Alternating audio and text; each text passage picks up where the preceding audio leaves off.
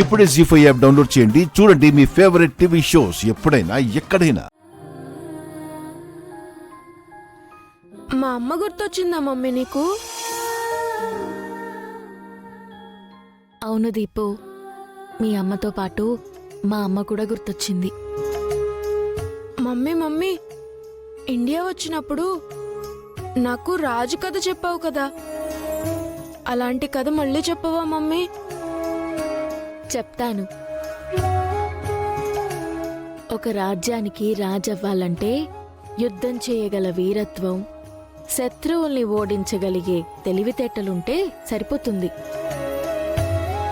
కానీ ఒక అమ్మాయి మనసుకి రాజవ్వాలంటే మాత్రం వీరత్వం, తెలివితేటలు ఏం అవసరం లేదు.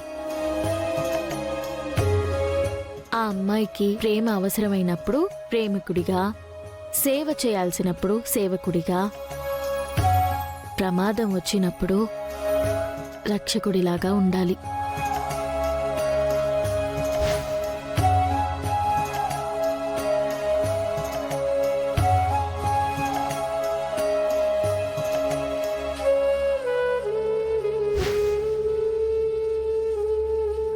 నా కథలో రాజు ఇలాంటివాడే.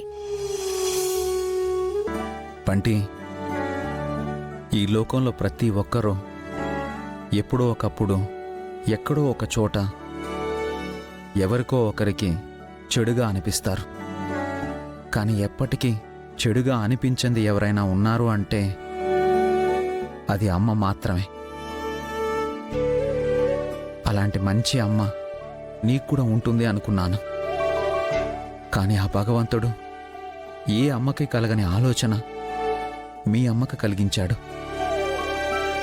అమ్మలాగే చూసుకునే నాన్న నీకిచ్చాడు. నేను నిన్ను సరిగ్గా చూసుకోవడం లేదా బంటి? చూసుకుంటున్నాను నాన్న.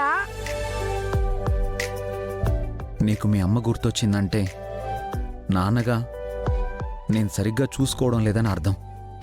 అయ్యో, అదేం లేదు నాన్న. నా బాధ నాకమ్మ లేదు అని కాదు నాన్న, ఈ రాజుకి రాణి లేదు అని.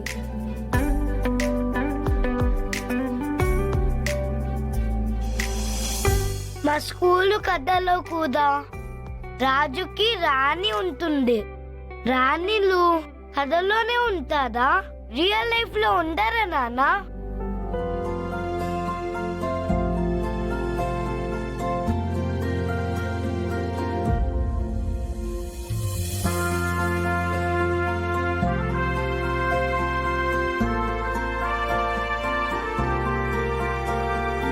ఎందుకుండరు?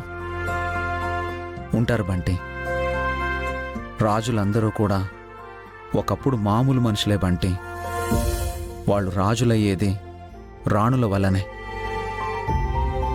వాళ్ళ గేటులో కూడా అడుగు పెట్టలేని మామూలు మనిషిని కూడా రాణి తలుచుకుంటే రాజును చేయగలుగుతుంది. జీ5 యాప్ డౌన్లోడ్ చేసి అన్ని ఎపిసోడ్స్ పూర్తి ఉచితంగా చూడండి.